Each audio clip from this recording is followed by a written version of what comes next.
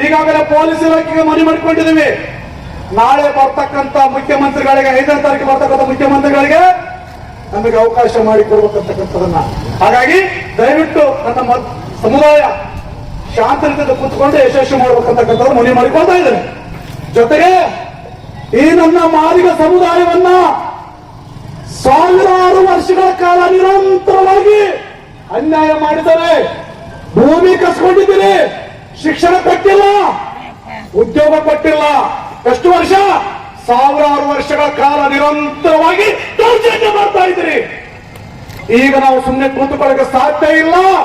ಕಾನೂನು ಚೌಕಟ್ಟಿನಲ್ಲಿ ಬಾಬಾ ಸಾಹೇಬ್ ಕೊಡ್ತಕ್ಕ ಸಂವಿಧಾನ ಅಡಿಯಲ್ಲಿ ನಮ್ಮ ತಾಕತ್ತನ್ನು ತೋರಿಸಿ ಸೆಂಟ್ರಲ್ ಕೇಳ್ತೀವಿ, ನಮ್ಮ ಹಕ್ಕು ನಮಗೆ ಕೊಡಿ, ನಮ್ಮ ಹಕ್ಕು ನಮಗೆ ಕೊಡಿ, ಒಳ ಮೀಸಲಾತಿಯನ್ನು ಜಾರಿ ಮಾಡಿ.